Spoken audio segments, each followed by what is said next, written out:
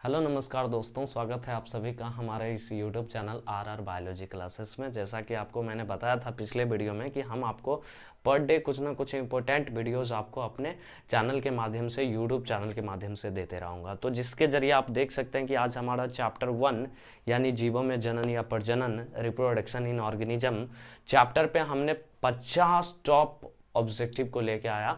इस पे आपको दो वीडियोस मिलने वाले हैं ऑब्जेक्टिव का, वस्तुनिष्ठ प्रश्न यानी एमसीक्यूज। मैंने पूरे चैप्टर को एनालिसिस किया, हर पन्ने को पढ़ा, जब तब जाके मुझे समझ में आया कि हाँ, इस चैप्टर से जितने ऑब्जेक्टिव निकलने वाला था मैंने उसे सारे निकाल दिया और टोटल हमें 110-120 के आसपास ऑब्जेक्टिव निकले हैं, जो मैं आपको वीडियो के माध्यम से एनालिसिस, डिटेल्ड एनालिसिस करके विथ आंसर सब बताने वाला हूँ ऑप्शन सहित। अभी मैं 50 एक वीडियो के जरिए मैं 50 टॉप ऑब्जेक्टिव को डिस्कस करूंगा। अभी आप देख रहे हैं कि 50 ऑब्जेक्टिव को हम लोग डिटेल्ड एनालिसिस करेंगे इस वीडियो में। इसके बाद जो वीडियो आएगी उसमें भी 50 करेंगे ऑब्जेक्टिव की, और उसके बाद जो वीडियो आएगा उस वीडियो से हम इस पूरे चैप्टर का थ्योरी, वो लघु उत्तरीय हो या दीर्घ उत्तरीय हो, दोनों थ्योरी के बारे में डिटेल्ड में एनालिसिस कर लेंगे। तो यानी एक चैप्टर पे तीन वीडियोज आपको मिलेगा और 3 वीडियो से आपका चैप्टर का पूरी की पूरी तैयारी हो जाएगी। अब जहाँ पे ऑफलाइन क्लास कर रहे हैं कीजिए, नो डाउट, कोई दिक्कत नहीं है, और ज़्यादा आपको बेनिफिट मिलेगा कि कॉन्सेप्ट आपका क्लियर होते चलेगा। इससे क्या है कि इससे आपका प्रैक्टिस होते रहेगा कि आपने चैप्टर को पढ़ा, क्या आपको चैप्टर याद है, क्या उस चैप्टर से, इस चैप्टर से आपको ऑब्जेक्टिव आता है तो क्या आप बना सकते हैं या नहीं बना सकते हैं। अगर बना सकते हैं तो कितना ऑब्जेक्टिव आप बना पाइएगा, कितना ऑब्जेक्टिव आपसे नहीं बन पाएगा, इससे जस्ट आपको रिवीजन मिल जाएगा और ऑब्जेक्टिव कंठस्थ हो जाएगा, रिवीजन हो जाएगा, आपका बेस मजबूत होते चला जाएगा। हर एक चैप्टर में हम लोग जितना भी बायोलॉजी बुक का चैप्टर है 16 है, अब तो सिलेबस घटा के 13 कर दिया, लेकिन इस बार हम लोग 16 चैप्टर को एनालिसिस करेंगे क्योंकि एग्जाम का पेपर थोड़ा इस बार डीप था, तो हम लोग थोड़ा इस बार देख लेंगे, कोई दिक्कत नहीं है, ठीक है। तो चलिए हम अपने ऑब्जेक्टिव एमसीक्यूज को एक एक करके दिखाते हैं, क्या क्वेश्चंस है, क्या ऑप्शंस हैं और उसका आंसर क्या होगा। आप लोग इसको स्क्रीनशॉट लेते रहिएगा अगर लेने का मन होगा, नहीं तो आप लोग कॉपी कलम ले लीजिए और लिखते रहिए, ऑब्जेक्टिव विथ आंसर लिखते चलिए। 50 इसमें हो जाएगा, 50 उसमें हो जाएगा, टोटल आपको 100 उसमें 10-20 हो सकता है, ज़्यादा हो जाए तो 110-20 के आसपास ऑब्जेक्टिव इस चैप्टर से आपका मिल जाएगा आपको, क्योंकि प्रिंट आउट निकालना थोड़ा सा मुश्किल है, ठीक है। तो आप लिखते चल जाएगा, ज़्यादा बेटर रहेगा, और लिखने से, सुनने से ज़्यादा लिखने से याद होता है, ठीक है। तो आप कोशिश कीजिएगा कि हम पढ़ाते जा रहे हैं, बताते जा रहे हैं, आप अपने नोट बुक पे या नोट कॉपी पे टाइप करते जाइए, लिखते रहिए, ठीक है। केवल आप क्वेश्चन लिखिए, उसका आंसर लिखिए, परफेक्ट हो जाएगा। चलिए हम एक एक करके अपने ऑब्जेक्टिव को आपके डिस्प्ले पे लाते हैं, आपको दिखाते हैं और उसका क्या आंसर है ये भी बताते हैं ऑप्शन के साथ। आप भी बताने की कोशिश कीजिएगा, ठीक है, अपने मन से, ये नहीं कि देख कर। चलिए एक एक करके ऑब्जेक्टिव ऑप्शंस लाते हैं। पहला क्वेश्चन हमारा आ रहा है आपके बोर्ड पे। पहला क्वेश्चन है, जन्म से लेकर प्राकृतिक मृत्यु के बीच की अवस्था को क्या कहते हैं। मान लीजिए किसी जीव का जन्म हुआ और इस जीव का, जिसका जन्म हुआ, इसका कुछ समय बाद प्राकृतिक मृत्यु हो गया। अब इस जीव का आना, जन्म लेना और प्राकृतिक मृत्यु हो जाना, इसके बीच का जो समय अवधि था, इसके बीच का जो समय काल था, उसको हम लोग क्या कहेंगे, या इसके बीच का जो अवस्था था उसको क्या कहेंगे। आपने पढ़ा होगा, इसके किसी जीव का आना और किसी जीव का प्राकृतिक रूप से चले जाना, उसके बीच का जो समय होगा उसको जीवन काल या जीवन अवधि कहेंगे। यानी उसके बीच का जो अवस्था होगा, जितना दिन उसने पृथ्वी पे जिया, वो उसका क्या कहलाएगा, या तो जीवन काल कहला सकता है, या जीवन अवधि कहला सकता है, या जीवन अवस्था कहला सकता है। तो इसका ऑप्शन देखिए, पहला ऑप्शन है जीवन काल, दूसरा ऑप्शन है यहाँ पे जीवन चक्र, और तीसरा ऑप्शन है आपका जनन अवस्था, और चौथा है इनमें से सभी। बताइए इसका राइट आंसर क्या होगा। जैसा कि आप देख रहे हैं बोर्ड पे कि राइट आंसर इसका ए होगा, यानी जीवन काल होगा, ठीक है। चलिए क्वेश्चन नंबर 2 पे आते हैं। क्वेश्चन नंबर 2 आपका है, और लैंगिक जनन से उत्पन्न होते हैं, और लैंगिक जनन से उत्पन्न होते हैं, मतलब नीचे जो आपको 4 ऑप्शंस दिख रहा है ना, इससे आधारित क्वेश्चन है कि बताइए 4 जो ऑप्शन आपको दिख रहा है, ये किसके द्वारा अलैंगिक जनन उत्पन्न होता है। ये चारों में से ऐसा कौन ऑप्शन है जो अलैंगिक प्रजनन द्वारा उत्पन्न होता है। थोड़ा सा हम लोग एनालिसिस करते हैं कि अलैंगिक जनन होता क्या है। अलैंगिक जनन यानी ए सेक्सुअल रिप्रोडक्शन, जिसमें एक जीव के द्वारा किसी नए जीव का निर्माण होगा, वो ए सेक्सुअल रिप्रोडक्शन यानी अलैंगिक जनन कहलाएगा। अब ऑप्शन के हिसाब से हमें देख लेना कि कौन कौन जीव है जिसमें एक जनक के द्वारा एक जनक से नए जीव बन रहा है, नई संतति का निर्माण हो रहा है। तो पहला ऑप्शन आपका अमीबा है। तो अमीबा एक अमीबा क्या नए जीव को जन्म दे सकता है अकेले? जी हाँ, वो विखंडन, द्विखंडन और खंडन की विधि करके अपने नए जीव को निर्माण कर देता है। ठीक है, तो विखंडन, द्विखंडन और ये जो है खंडन, ये किसका प्रकार है? अलैंगिक का ही प्रकार है। तो ये भी अलैंगिक में आ रहा है। दूसरा ऑप्शन देखते हैं। दूसरा ऑप्शन हमारा ईस्ट है। ठीक है, दूसरा ऑप्शन ईस्ट है। ईस्ट में क्या होता है? मुकुल विकसित होता है जीव के जनक के शरीर पे, और मुकुल विकसित होकर बाद में शरीर से अलग हो जाता है, यानी ये भी मुकुलन भी एक अलैंगिक जनन का प्रकार है, विधि है। ठीक है, और सी नंबर आपका ऑप्शन है हाइड्रा। तो हाइड्रा भी आपका मुकुलन के द्वारा जनन करता है, यह भी अलैंगिक के अंतर्गत आता है। इनमें से सभी, तो इसका राइट आंसर क्या हो जाएगा? इनमें से सभी अलैंगिक जनन द्वारा उत्पन्न होते हैं। अमीबा, ईस्ट और हाइड्रा तीनों के तीनों उत्पन्न होते हैं। ठीक है, अगला क्वेश्चन देखते हैं। क्वेश्चन नंबर 3 है, अलैंगिक जनन से उत्पन्न संतति को या संतान को क्या कहते हैं? मतलब अलैंगिक जनन के द्वारा जो जीव, नए जीव उत्पन्न होते हैं अपने जनक से, उसे जीव को, नए उत्पन्न जीव को क्या कहते हैं? क्या कहते हैं? ऑप्शन आपका पहला है कॉलोन कहते हैं, ऑप्शन बी है असंज्ञ जनन कहते हैं, ऑप्शन डी है, ऑप्शन सी है प्रजनन कहते हैं, और ऑप्शन डी है नन ऑफ दीज, इसमें से कोई नहीं। थोड़ा सा अलैंगिक जनन में देखते हैं, क्योंकि थ्योरी से हमको क्या हो जाता है, ऑप्शन ऑब्जेक्टिव क्लियर हो जाएगा। देखिए, अलैंगिक जनन के द्वारा जब भी कोई नया जीव बनता है, तो उसके जो उसको बनाया और जो जीव बना, दोनों के बीच में बिल्कुल कोई भी अंतर नहीं होगा। यानी हम कह सकते हैं कि फोटोकॉपी करा लेना। क्या करा लेना? फोटोकॉपी। जैसे मान लीजिए ये मेरे पास एक पेज है, ठीक है, एक पेज है, और इस पेज को अगर आप फोटोकॉपी कराइएगा तो इसमें जो चीज़ लिखा हुआ है सेम टू सेम इसमें भी लिखा होगा। नो डाउट थोड़ा भी अंतर होगा, हाँ या ना? तो इसका आंसर है कि बिल्कुल भी अंतर नहीं होगा, क्योंकि फोटोकॉपी मशीन क्या करता है? एग्जैक्ट जो चीज़ होता है, जैसे होता है उसको ऐसे बना देता है। ठीक है, तो यहाँ पे उस शब्द को क्या कहते हैं? बायोलॉजी में कॉलोन कहा जाता है। जब कोई नया जीव उत्पन्न होता है और अपने जनक के समान बिल्कुल दिखता है, आंतरिक रूप से, कार्य रूप से, गुण के मामले में, देखने के मामले में, हर चीज से समान होता है, तो उसे हम कॉलोन कहते हैं। क्या कहते हैं? कॉलोन। तो इसका राइट आंसर क्या हो जाएगा? कॉलोन हो जाएगा। चलिए अगले क्वेश्चन पे चलते हैं हम लोग, क्वेश्चन नंबर 4 पे। क्वेश्चन नंबर 4 है आपका, असंज्ञ जनन का खोज किसने किया था? जैसे हम जनन मतलब हमने देखा था, जनन मतलब निर्माण, किसी ना किसी का निर्माण होगा। अलैंगिक जनन, लैंगिक जनन, असंज्ञ जनन। तो असंज्ञ जनन का निर्माण या खोज किसने किया था? असंज्ञ जनन का खोज किसने किया था? अरस्तु ने किया था, पहला ऑप्शन। दूसरा ऑप्शन विंकलर ने किया था, तीसरा लेमार्क ने किया था, चौथा नन ऑफ दीज। तो इसका सही आंसर होगा विंकलर ने असंज्ञ जनन का खोज किया था। ठीक है, क्वेश्चन नंबर 5 पे चलते हैं। क्वेश्चन नंबर 5 है, मुकुलन द्वारा जनन होता है। मुकुलन द्वारा जो है जनन किसमें होता है? बताइए।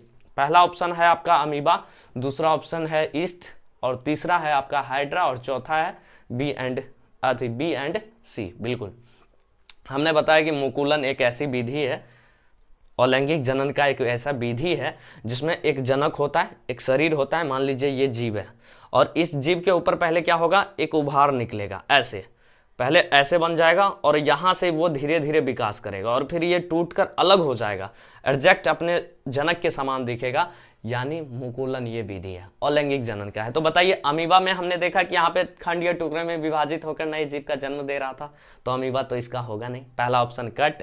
दूसरा ऑप्शन आपका ईस्ट है, ईस्ट और मुकुलन दोनों बच गया। दोनों में क्या होता है? मुकुलन के द्वारा जनन प्रजनन होता है, तो यहाँ पे सही आंसर बी एंड सी हो जाएगा, यानी ईस्ट और हाइड्रा मुकुलन के द्वारा जनन करते हैं। चलिए अगला क्वेश्चन पे आते हैं, क्वेश्चन नंबर 6 पे। क्वेश्चन नंबर 6 है, मुकुलन कितने प्रकार के होते हैं? 1 2 3 4। आपका ऑप्शन है 1 2 3 4।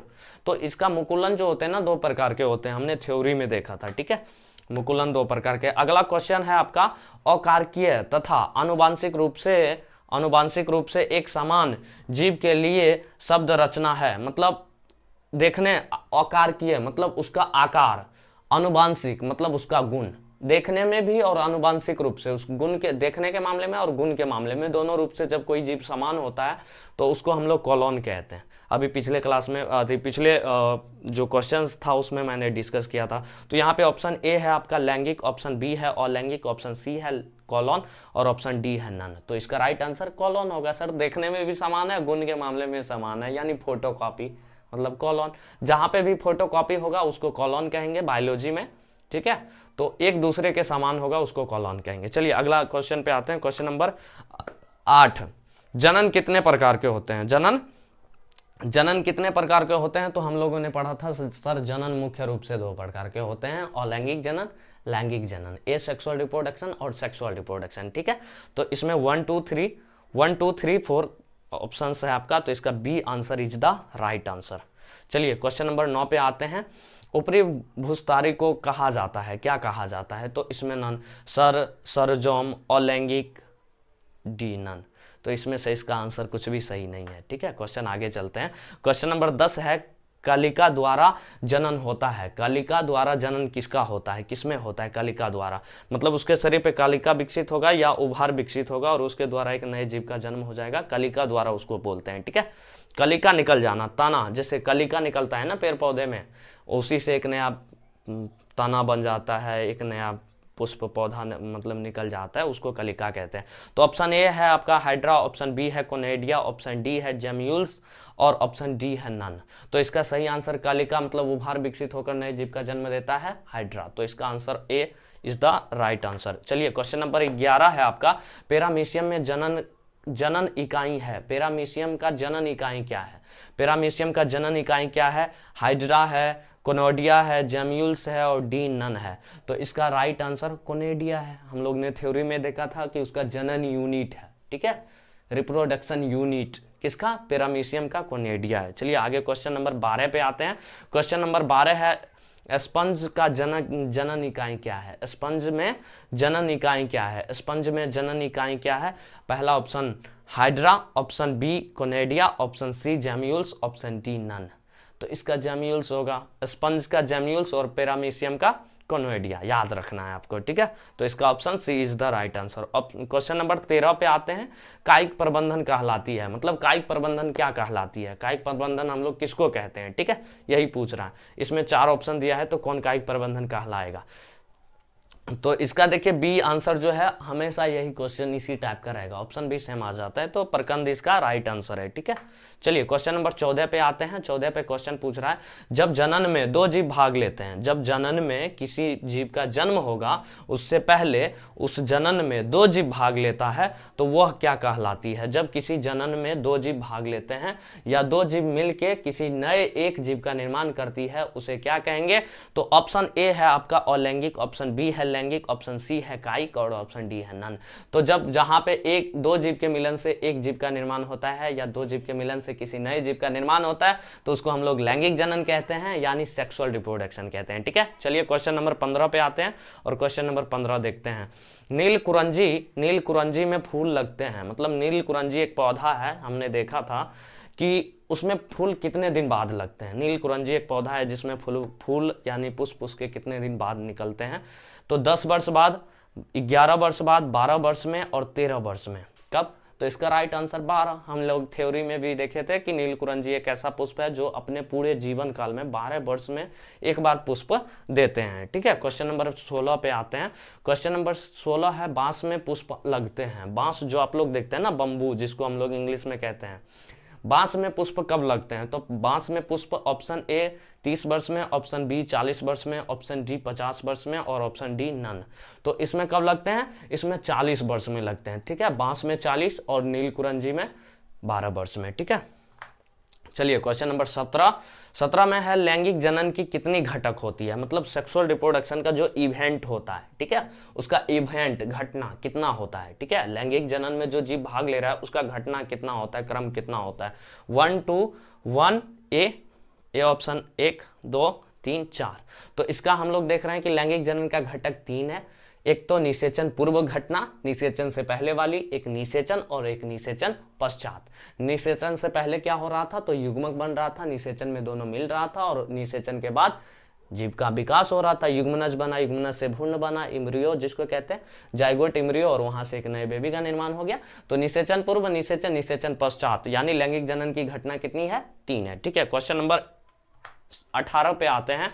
18 नंबर क्वेश्चन देखते हैं, युग्मक जनन कहलाता है। मतलब युग्मक का निर्माण होना। युग्मक का निर्माण होना क्या कहलाता है? हमने बताया जनन शब्द बायोलॉजी में कहीं भी दिख जाए इसका मतलब क्या हो रहा है, कहीं ना कहीं कुछ ना कुछ चीज का निर्माण हो रहा है। तो यहाँ पे लिखा है युग्मक जनन कहलाता है, तो युग्मक जनन ही कहलाएगा, ठीक है। लेकिन इंग्लिश यहाँ पे ऑप्शन के हिसाब से हमें आंसर देना है, ठीक है। तो ऑप्शन है गैमीटोजेनेसिस और गैमीटो ए एंड बी और डी नन।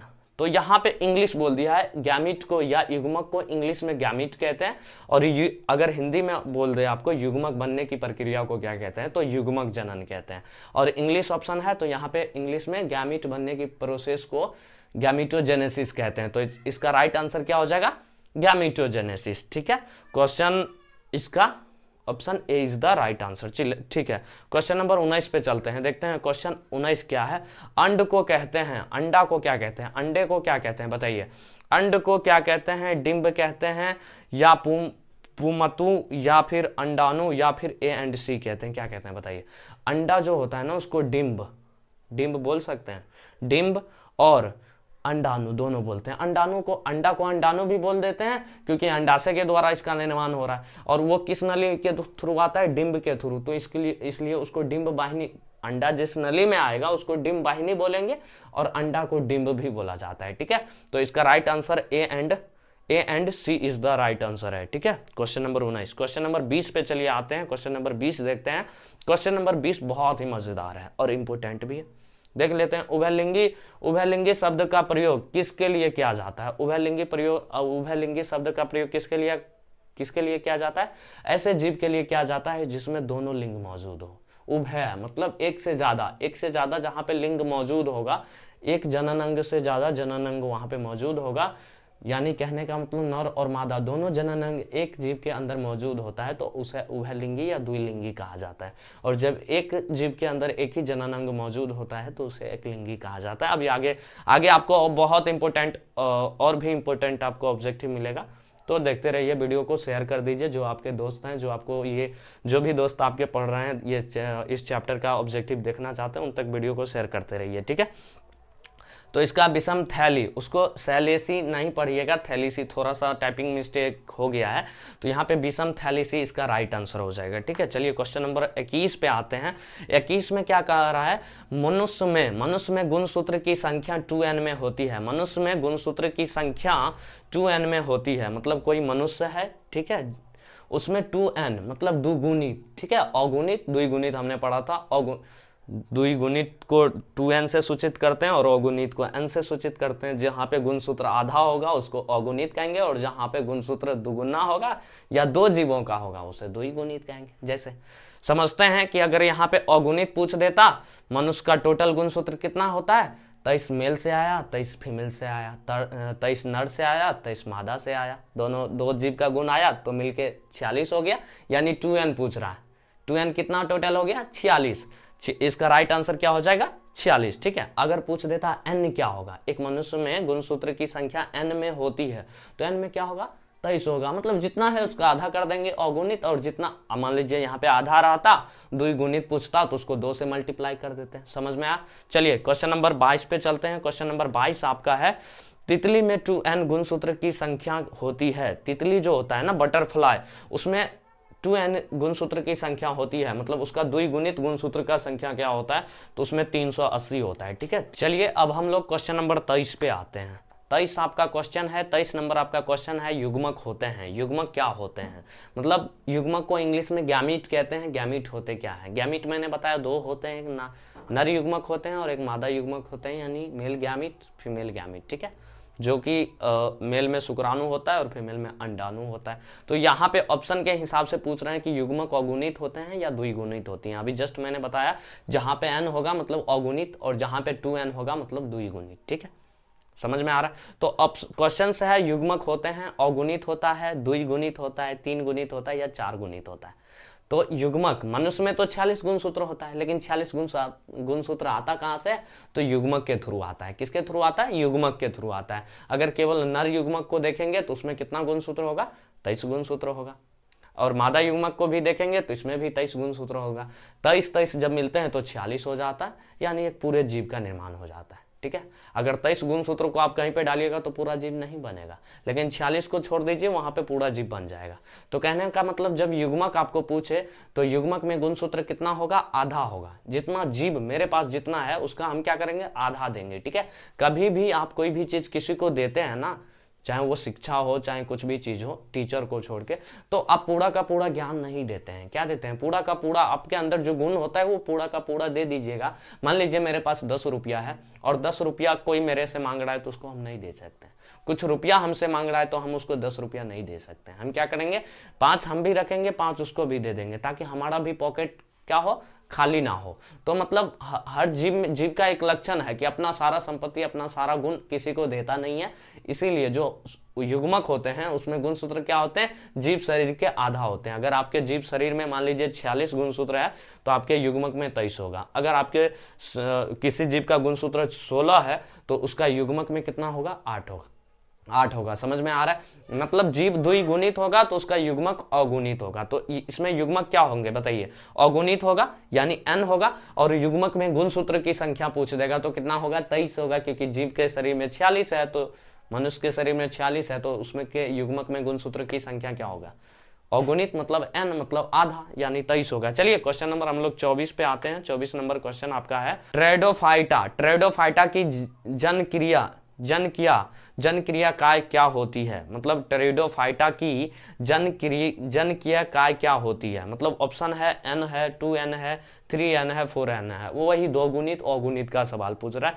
तो टेरिडोफाइटा एक जीव है, ठीक है, एक जीव है, उसका जिन काय पूछ रहा है, तो वहां पे एक जीव है तो मतलब वहां पे क्या होगा, 2n होगा। तो इसका राइट आंसर 2n हो जाएगा, यानी बी हो जाएगा। क्वेश्चन नंबर 25 पे आते हैं। मोनेरा, फंजाई तथा बायोफाइटा क्या होते हैं। ये अगुणित होते हैं, द्विगुणित होते हैं, या 3 गुणित होते हैं, 4 गुणित होते हैं, बताइए। यहाँ पे ये तीनों क्या होते हैं, मोनेरा, फंजाई तथा बायोफाइटा, ये तीनों अगुणित होते हैं, हमेशा याद रखना है आपको। क्वेश्चन नंबर 26 पे आते हैं। 26 नंबर क्वेश्चन है, युग्मक संलयन कहलाती है। युग्मक का संलयन होना, दोनों नर युग्मक और मादा युग्मक का आपस में मिल जाना क्या कहलाता है। तो आपस में मिल जाना लैंगिक कहलाएगा, या अलैंगिक कहलाएगा, या साइनोगैमी कहलाएगा, या नन ऑफ दीज। हम पूछेंगे, अगर क्वेश्चन आपसे ये पूछता है कि किस प्रजनन में नर युग्मक और मादा युग्मक आपस में मिलते हैं, तो तब इसका आंसर होगा लैंगिक जनन, ठीक है। पूछेगा किस में मिलते हैं, किस प्रकार के जनन में मिलते हैं, तब होगा लैंगिक जनन, यानी सेक्सुअल रिप्रोडक्शन।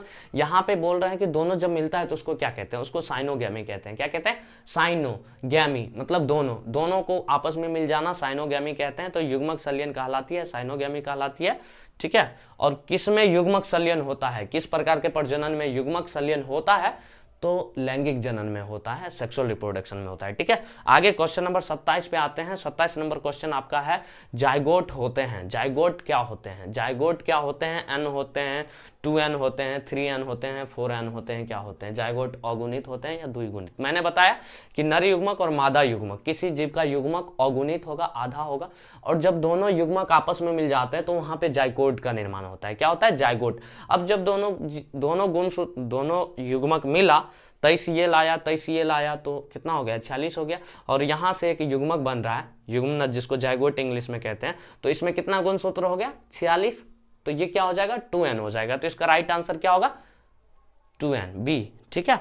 चलिए क्वेश्चन नंबर 28 पे आते हैं। 28 नंबर क्वेश्चन है आपका, मधुमक्खी, घरेलू मुर्गी, रेटिफर्स में जनन होते हैं। मधुमक्खी, घरेलू मुर्गी, रेटिफर्स में जनन होते हैं। मतलब इस समय जनन किसके माध्यम से होता है, कैसे होता है, ठीक है। लैंगिक जनन, अलैंगिक जनन, अनिषेक जनन, या डीनन। तो पूछ रहा है कि मधुमक्खी और घरेलू मुर्गी रेटिफर्स में जनन होते हैं, तो अनिषेक जनन विधि के होते हैं। क्या होते हैं, अनिषेक जनन विधि से इसमें होता है, ठीक है। ऑप्शन सी राइट आंसर था। क्वेश्चन नंबर 29 है, निषेचन के पश्चात युग्मनज का निर्माण होता है। अभी जस्ट देखो मैंने क्वेश्चन क्या था कि युग्मनज अगुणित होता है या द्विगुणित। युग्मनज मतलब जाइगोट, आप बोल रहा है कि निषेचन के बाद, वो निषेचन के बाद वाली घटना थी, इसलिए युग्मनज बनते कब है, तो निषेचन के बाद, ठीक है। इसलिए बोल रहा है निषेचन पश्चात युग्मनज का निर्माण होता है, यह घटना क्या कहलाती है। मतलब निषेचन के बाद जो युग्मनज बनता है, यह घटना क्या कहलाती है। ऑप्शन है निषेचन पूर्व घटना, निषेचन की घटना, निषेचन पश्चात घटना, ऑल। तो निषेचन पश्चात घटना होगा, क्योंकि युग्मनज कब बन रहा है, निषेचन के बाद बन रहा है, इसलिए निषेचन पश्चात घटना होगा। ठीक है, निषेचन के पूर्व दोनों युग्मक बन रहे थे, निषेचन में दोनों मिल रहे थे, और दोनों बाद में मिलने के बाद एक पूरे बेबी का निर्माण कर रहा है। वहां पे प्रक्रिया सब जब दोनों मिल जाता है ना, तो सबसे पहला स्टेज होता है युग्मनज का। क्या होता है, युग्मनज, जायगोट बनता है, जायगोट से भ्रूण बनता है, और भ्रूण से एक बच्चे का निर्माण हो जाता है। ठीक है, तो याद रखना है आपको। चलिए क्वेश्चन नंबर 30 पे आते हैं। क्वेश्चन नंबर 30 है आपका, जब जीव शरीर के बाहर निषेचन की क्रिया होती है तो क्या कहलाती है। जब किसी जीव शरीर के बाहर नर और मादा युग्मक जब आपस में मिलते हैं, समझिए निषेचन किसको कहते हैं, जब दोनों युग्मक आपस में मिलते हैं और किसी जीव का निर्माण करते हैं, यानी जब दोनों मिले निषेचन कहलाए। क्या कहलाए, नर युग्मक मादा युग्मक कहीं से आए और आपस में मिल गए, मतलब निषेचन कहला गया। समझ में आया। अब पूछ रहा है ये दोनों मिल रहा है कहाँ, शरीर के बाहर, किसी जीव के शरीर के बाहर मिल रहा है, यानी उसको बाहरी निषेचन कहेंगे। और नर युग्मक और मादा युग्मक जब किसी शरीर के अंदर मिलते हैं तो उसको आंतरिक निषेचन कहेंगे। समझते हैं, पहला ऑप्शन है अलैंगिक, दूसरा है लैंगिक, तीसरा है बाहरी निषेचन, चौथा है डी। मतलब नर युग्मक और मादा युग्मक कहाँ मिल रहे हैं, शरीर से बाहर, इसलिए बाहरी निषेचन कहेंगे। याद रखिए, अगर बाहरी निषेचन ऑप्शन में ना हो और लैंगिक हो, लैंगिक हो और इन विट्रो हो, तो बाहरी निषेचन को हम इन विट्रो भी बोलते हैं। ठीक है, तो इसका इन विट्रो भी बोला जाता है जब किसी युग्मक का मिलन, ठीक है, शरीर के बाहर होता है, यानी निषेचन की क्रिया बाहर होती है, तो उसे इन विट्रो भी बोला जाता है। ठीक है, अगर यही दोनों युग्मक शरीर के अंदर मिलते तो इसको हम लोग आंतरिक निषेचन कहते हैं। ठीक है, चलिए क्वेश्चन नंबर 31 पे आते हैं। क्वेश्चन नंबर 31 आपका है, बायोफाइटा टेरिडोफाइटा जिम्नोस्पेयर्स एवं एंजियोस्पर्म निषेचन होता है। मतलब बायोफाइटा टेरिडोफाइटा जिम्नोस्पेयर्स एवं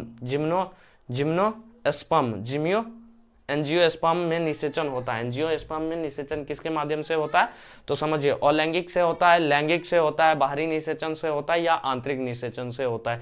ये सब थोड़ा बड़े आकार के जीव हैं, इसलिए इसमें आंतरिक निषेचन के जनन का विधि होता है। और आप याद रखिए, जो उच्च श्रेणी के जीव होते हैं ना, उसमें हमेशा आंतरिक निषेचन होगा। ठीक है, और जो छोटे जीव होते हैं जैसे मछली, मेढक, ये सब में क्या है, बाहरी निषेचन होता है। इतना छोटा जीव अपने शरीर के अंदर किसी नए जीव को पाल लेना बहुत बड़ी बात है। ठीक है, वो जटिल में आ जाता है। ठीक है, तो थोड़ा वहां पे जो छोटे जीव होते हैं ना, उसमें बाहरी निषेचन होता है अधिकतर केस में, और जो उच्च श्रेणी के जीव होते हैं ना, उसमें आंतरिक निषेचन होते हैं। ठीक है, कॉन्सेप्ट है, आपको याद रखना है बस। चलिए क्वेश्चन नंबर 32 पे आते हैं। क्वेश्चन नंबर आपका 32 है, सिलोन या सियोन, उसी को कहते हैं। सिलोन या सियोन शब्द का संबंध है, सिलोन या सियोन शब्द का संबंध किससे है, प्रबंध से है। क्या है, प्रबंध, दाब, कर्तन और नन, तो यहाँ पे प्रबंध से संबंध है। ठीक है, आगे नंबर क्वेश्चन 33 पे आते हैं। 33 नंबर क्वेश्चन है, भूमिगत ताना का उदाहरण क्या है। मतलब भूमिगत ताना का उदाहरण क्या है, हमने पढ़ा था सलकंद, परकंद, घनकंद, है कि नहीं, बहुत सारा पढ़े थे, तो उसमें हम देखे थे भूमिगत ताना, मतलब जिसको अंदर में डालते हैं जमीन के अंदर, भूमि के अंदर, उससे समझ में आ गया, थ्योरी समझ में आ गया। चलिए, पहला ऑप्शन आपका है आलू, दूसरा है अरबी, और तीसरा है अदरक, और चौथा है ऑल ऑफ दीज। तो इसका उत्तर क्या होगा, ऑल ऑफ दीज। मतलब आलू ताना है, उसको मिट्टी के अंदर दाबते हैं और वहां से बहुत सारा आलू निकल जाता है, तो भूमिगत ताना का उदाहरण ये सभी है, अदरक भी है, अरबी भी है और आलू भी है। ठीक है, तो इसका answer D is the right answer. चलिए क्वेश्चन नंबर 34 पे चलते हैं। 34 नंबर क्वेश्चन आपका है, शुक्राणु को कहते हैं, शुक्राणु को क्या कहते हैं। मतलब शुक्राणु जो होता है ना, नर युग्मक जो होता है उसको शुक्राणु बोलते हैं, इंग्लिश में स्पर्म भी बोलते हैं। उसको क्या कहते हैं, पुमंग यहाँ पे लिखा था या पुमाणु लिखा था। चलिए पुमाणु है, पुमाणु ए ऑप्शन, पुमाणु भी हो सकता है। ठीक है, ऑप्शन बी डिम्ब, ऑप्शन सी ए बी दोनों, और option D none of this. मतलब पूछ रहा है क्वेश्चन, शुक्राणु को क्या कहते हैं। शुक्राणु एक नर युग्मक है, मादा युग्मक सॉरी नहीं है, नर युग्मक है, तो नर युग्मक से रिलेटेड शब्द ही होगा, जैसे पुमंग हो सकता है, पुमाणु हो सकता है। ठीक है, तो इसका आंसर क्या होगा, पुमाणु होगा। अगर अंड पूछता, अंड को डिम्ब भी बोल सकते हैं, अंडाणु भी बोल सकते हैं। ठीक है, तो यहाँ पे राइट आंसर शुक्राणु है, इसलिए पुमाणु या पुमंग। ठीक है, चलिए क्वेश्चन नंबर 35 पे आते हैं। 35 नंबर आपका क्वेश्चन है, केंचुआ स्पंज टेम्प वर्ण जोंक होते हैं। मतलब केंचुआ और स्पंज टेम्प वर्ण जोंक होते हैं। जोंक जो होता है ना, पानी में होता है, केंचुआ केंचुआ जो वर्षा ऋतु में आपको देखने को मिलता है जमीन पे, केंचुआ उसको बोला जाता है, ठीक है। और जोंक, स्पंज, टेम्पवर्म, ये सब में क्या होता है, एक लिंगी है या द्विलिंगी है या उभयलिंगी है। अभी जस्ट मैंने आपको पीछे समझाया था कि जिसमें एक जननांग मौजूद होगा, जिस शरीर में, जिस जीव के शरीर में एक जननांग मौजूद होगा, या तो नर हो सकता है या मादा हो सकता है, दोनों में से कोई एक होगा तो एक लिंगी होगा। अगर दोनों जननांग मौजूद है यानी द्विलिंगी जीव होगा, ठीक है। तो केंचुआ, स्पंज, टेम्पवर्म और जोंक, ये सब में क्या होता है, ये सब में दोनों नर और मादा दोनों जननांग एक ही शरीर के अंदर मौजूद होता है, इसीलिए इसको द्विलिंगी या उभयलिंगी कहा जाता है, ठीक है। तो इसका आंसर द्विलिंगी या उभयलिंगी, यानी इसका राइट आंसर हो जाता बी एंड सी, ठीक है। तो यहाँ पे द्विलिंगी भी है, उभयलिंगी भी है, तो इसका आंसर होता है बी एंड सी, ठीक है। लेकिन आप देख लीजिएगा यहाँ पे ये रेड को ग्रीन हो गया है मिस्टेक से, तो दोनों जननांग मौजूद है इसीलिए इसको उभयलिंगी भी बोलेंगे, द्विलिंगी भी बोलेंगे, तो इसका राइट आंसर हो जाएगा बी एंड सी। चलिए आगे देखते हैं क्वेश्चन नंबर 36। तिलचट्टा प्राणी है, तिलचट्टा मतलब होता है ना घर उर में जो देखने को मिलता था पहले, अब नहीं मिलता है, किसी किसी घर में मिलता होगा अभी भी। तो तिलचट्टा प्राणी क्या होता है, एक लिंगी होता है, द्विलिंगी होता है या उभयलिंगी होता है, या बी एंड सी, मतलब द्विलिंगी उभयलिंगी दोनों। तो तिलचट्टा एक ऐसा प्रजाति है ना, ऐसा प्राणी है जिसमें शरीर के अंदर एक ही जननांग मौजूद होगा। अगर मादा तिलचट्टा है तो उसके शरीर में मादा जननांग होगा, अगर नर तिलचट्टा है तो उसमें नर जननांग मौजूद होगा। तो इसलिए ये किस श्रेणी के हैं, तो एक लिंगी प्राणी है, ठीक है। जैसे मनुष्य में क्या है, अगर कोई पुरुष है तो उसके शरीर में पुरुष जननांग है, अगर कोई मादा है, महिला है, तो उनके शरीर में मादा जननांग है, ठीक है। तो ये सब क्या होता है, एक लिंगी में आ जाते हैं, जिसके शरीर में एक ही जननांग हो, एक लिंगी जिसमें दोनों हो, बहुलिंगी या उभयलिंगी भी, उसको द्विलिंगी भी बोला जाता है, ठीक है। क्वेश्चन नंबर 37 है। अब फिर से केंचुआ प्राणी है, केंचुआ एक इंपोर्टेंट ऑब्जेक्टिव है। केंचुआ प्राणी क्या है, एक लिंगी है, द्विलिंगी है, अलिंगो है, या तो इसका राइट आंसर क्या हो जाएगा, यहाँ पे द्विलिंगी होगा, ठीक है। यहाँ पे द्विलिंगी राइट आंसर है, ठीक है। द्विलिंगी या उभयलिंगी दोनों हो सकता है। चलिए क्वेश्चन नंबर 38 पे आते हैं। 38 नंबर क्वेश्चन है आपका, 124 शुक्राणुओं के निर्माण में कितने अर्धसूत्री विभाजन की आवश्यकता होती है। मतलब देखिए, जब शरीर में शुक्राणु का निर्माण कहां से होता है, टेस्टिस यानी वृषण से होता है, वृषण से। और वृषण में क्या होता है, गुणसूत्र का अर्धसूत्री विभाजन होता है, ठीक है। जितना विभाजन होगा अर्धसूत्री, उतना युग्मक, उतना शुक्राणु का निर्माण होगा। तो यहाँ पे पूछ रहा है 124 शुक्राणुओं के निर्माण में कितना अर्धसूत्री विभाजन की आवश्यकता होगी। तो यहाँ पे राइट आंसर इसका है 31। क्या ऑप्शन है आपका 124, 30, 31 और 62। तो इसका राइट आंसर हो जाएगा 31। 31 अर्धसूत्री विभाजन करेंगे तो वहां पे 124 शुक्राणुओं आपको मिल जाएगा, ठीक है। चलिए क्वेश्चन नंबर 39 पे आते हैं। 39 नंबर आपका क्वेश्चन है, इनमें से कौन अगुणित भाग है। क्या है, इसमें से कौन अगुणित, गुणित यहाँ पे होता है, तो यहाँ पे मिस्टेक हुआ है थोड़ा सा, टाइपिंग का अगणित लिखा गया है, तो ध्यान दीजिएगा, थोड़ा सा शुद्धिकरण आप लोग कर लीजिएगा। निम्न इनमें से कौन अगुणित भाग है, इनमें से कौन अगुणित भाग है पूछ रहा है। अगुणित मतलब आधा, जिसमें गुणसूत्र क्या हो, आधा हो, उसको एन से भी सूचित करते हैं अगुणित को, ठीक है। ऑप्शन पहला है अंडाशय। एक चीज याद रखिएगा, एक टर्म हमेशा, जो बनाने वाली होगी वो हमेशा द्विगुणित होगा, जो बनने वाला होगा वो अगुणित होगा। यानी समझिए, अगर अंडाशय अंडा को बना रहा है तो अंडाशय बना रहा है, किसी ना किसी को बना रहा है, तो बनाने वाला हमेशा द्विगुणित और बनने वाला अगुणित, यानी अंडाशय द्विगुणित और बनने वाला अंडा अगुणित। तो यहाँ पे ऑप्शन 1 देखिएगा, ऑप्शन है अंडाशय। अंडाशय क्या हो गया, अंडा बना रहा है इसलिए अंडाशय द्विगुणित हो गया, अगर अंडा रहता तो अगुणित हो जाता। ऑप्शन बी है पराग।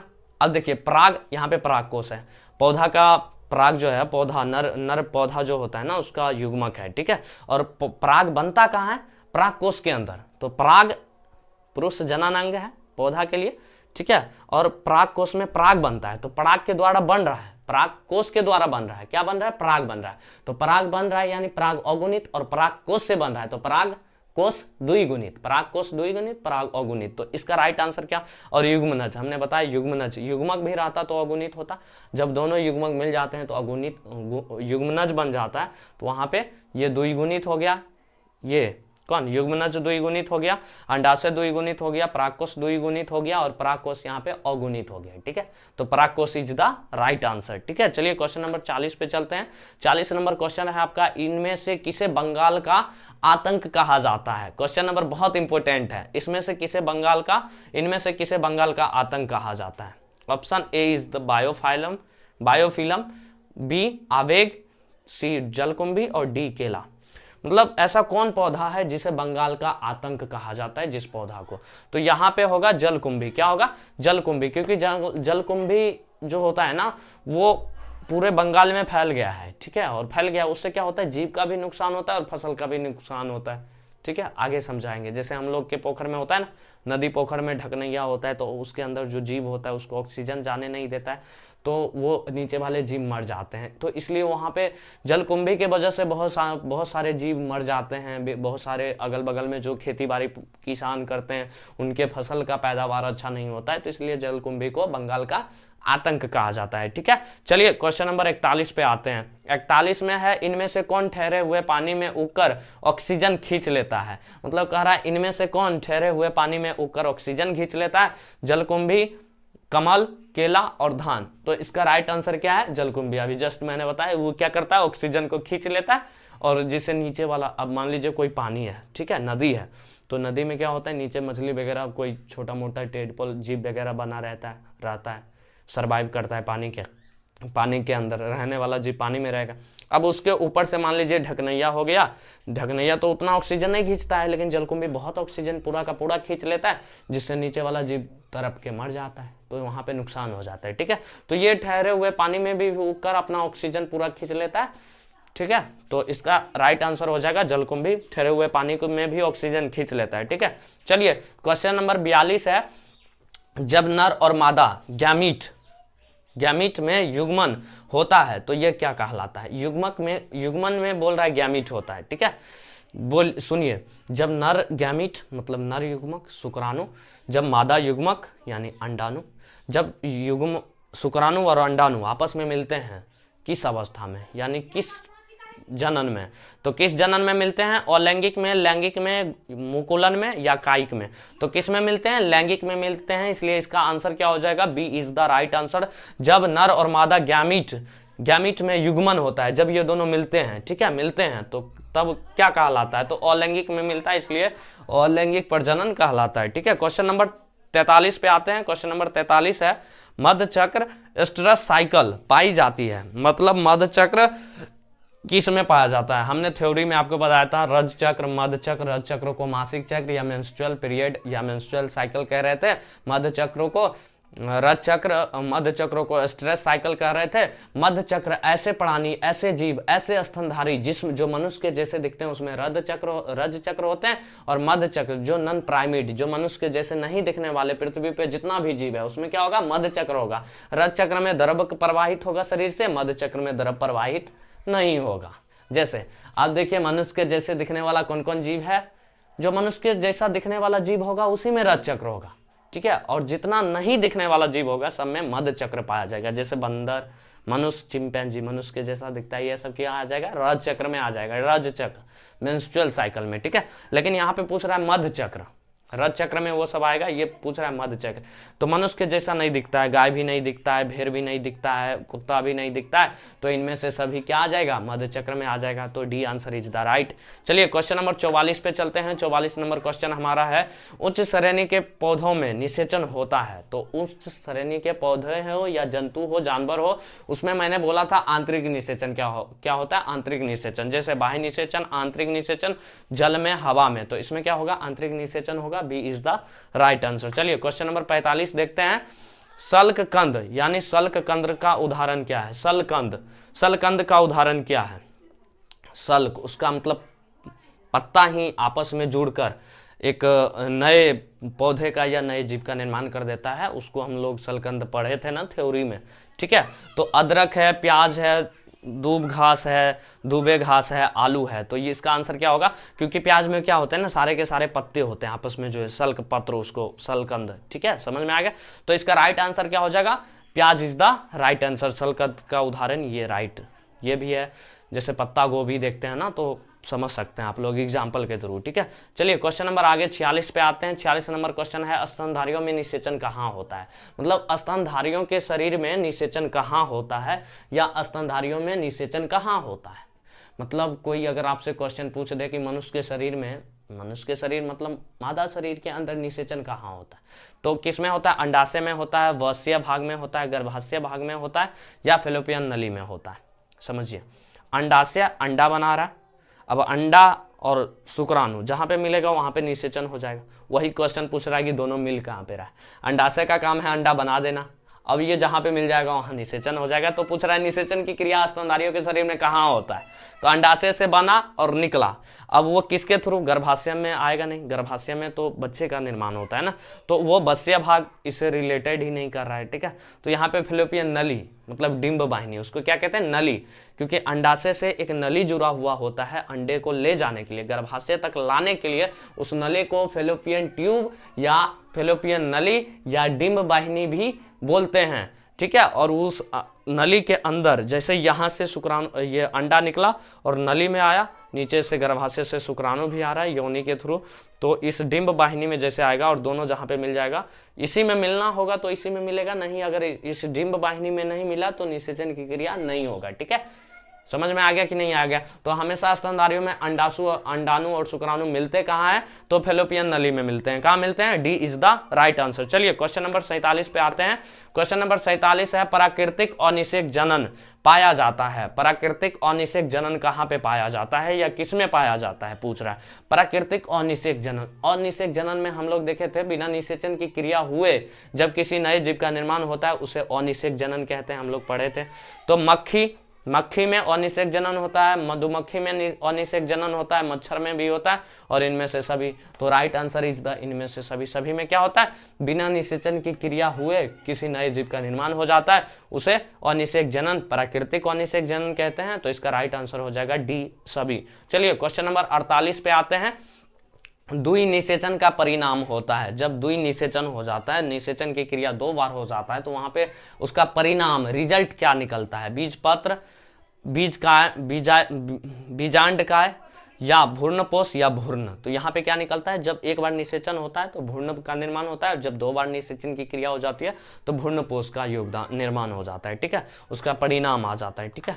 चलिए 49 नंबर क्वेश्चन को देखते हैं। बीजाणुओं द्वारा जनन करने वाले पौधे जैसे मोक्ष, फर्न सामान्यतः किस समूह में रखे जाते हैं, तो किस समूह में रखे जाते हैं, ये तो थ्योरी था, हम लोग को याद करना था, किसमें, क्रिप्टोगैम में। किसमें, क्रिप्टोगैम में। चलिए 50 नंबर क्वेश्चन पे आते हैं। 50 नंबर और इस वीडियो का सबसे लास्ट ऑब्जेक्टिव कमेंट करके जरूर बताइएगा ये पूरा वीडियो आपको कैसा लगा, ऑब्जेक्टिव कैसा था। एक वीडियो और आने वाला है जिसमें 50-60 ऑब्जेक्टिव और मिलेगा, उसके बाद एक थ्योरी वीडियो आएगा, जिसके बाद ये पूरा चैप्टर हमारा खत्म हो जाएगा। तो कमेंट करके जरूर बताइएगा। साथ ही वीडियो अच्छा लगा हो तो वीडियो को लाइक कर दीजिए, अपने दोस्तों के साथ शेयर कर दीजिए, जो आपके दोस्त हैं, पढ़ने वाले दोस्त होंगे 12th क्लास के, उन तक ये वीडियो शेयर कर दीजिए। और साथ ही वीडियो कैसा लगा कमेंट जरूर कीजिए, और आने वाला नया वीडियो के लिए भी कमेंट कीजिए कि आपको नया वीडियो किस टॉपिक पे चाहिए। अगर इस पूरे वीडियो में अगर कहीं पे भी किसी भी ऑप्शन में, किसी भी ऑब्जेक्टिव में किसी क्वेश्चन में, ऑप्शंस में कोई दिक्कत था या है, तो आप कमेंट जरूर कीजिएगा, या हमारा कमेंट बॉक्स में आप मैसेज मारिएगा तो हम उसका रिप्लाई आपको बहुत जल्दी दे देंगे, ठीक है। कमेंट करके, लाइक करके अपने दोस्तों के साथ शेयर जरूर कीजिएगा। चलिए देखते हैं आज के इस वीडियो के सबसे लास्ट क्वेश्चन को। 50 नंबर क्वेश्चन है, भ्रूणपोष में कितने क्रोमोसोम होते हैं, यानी भ्रूणपोष में क्रोमोसोम क्या होते हैं। भ्रूणपोष मतलब समझ में आ रहा है कि नहीं आ रहा है, जहाँ पे मादा युग्मक और नर युग्मक दोनों मिल रहे हैं और युग्मनज बन रहा है। दोनों युग्मक जब आपस में मिलते हैं तो युग्मनज बनता है, यानी जाइगोट बनता है, जाइगोट से भ्रूण बनता है, और भ्रूण जब विकसित हो जाता है तो भ्रूणपोष हो जाता है, ठीक है। तो भ्रूणपोष में कितने क्रोमोसोम होते हैं, n होते हैं, 2n होते हैं, 3n होते हैं, 4 होते हैं। अगुणित द्विगुणित है कि क्या है, बताइए। नर युग्मक भी आधा दिया, मादा युग्मक भी आधा दिया, दोनों मिल गया तो द्विगुणित हो गया। तो इसका राइट आंसर क्या होगा, द्विगुणित। राइट आंसर इसका क्या हो जाएगा, डी हो जाएगा, विनर, ठीक है। तो आज का सेशन आपको काफी मजेदार लगा होगा, तो उम्मीद करते हैं कि आप लोग को बहुत अच्छा लगा होगा। सारे ऑब्जेक्टिव को आप लोग जरूर अपने कॉपी में नोट डाउन कीजिए, लिखिए, ऑप्शन नहीं लिखिए, सीधा आंसर लिखिए। और वीडियो को जरूर लाइक कीजिए, अपने दोस्तों के साथ शेयर कीजिए, कमेंट जरूर कीजिए। मिलते हैं अपने एक और मज़ेदार वीडियो में, तब तक के लिए जय हिंद, जय भारत। हेलो नमस्कार दोस्तों, स्वागत है आप लोगों का हमारे इस YouTube channel RR biology classes में। अगर आप हमारे चैनल पे पहली बार आए हैं या हमारे वीडियोस को पहली बार देख रहे हैं तो प्लीज़ इस वीडियो के नीचे ये जो सब्सक्राइब का बटन दिख रहा है इसे दबा दीजिए और इसके बगल में जो घंटे का निशान आ रहा है इसे ऑल पे ज़रूर प्रेस कर दें ताकि हमारे आने वाला वीडियोस सबसे पहले आप तक पहुँचे।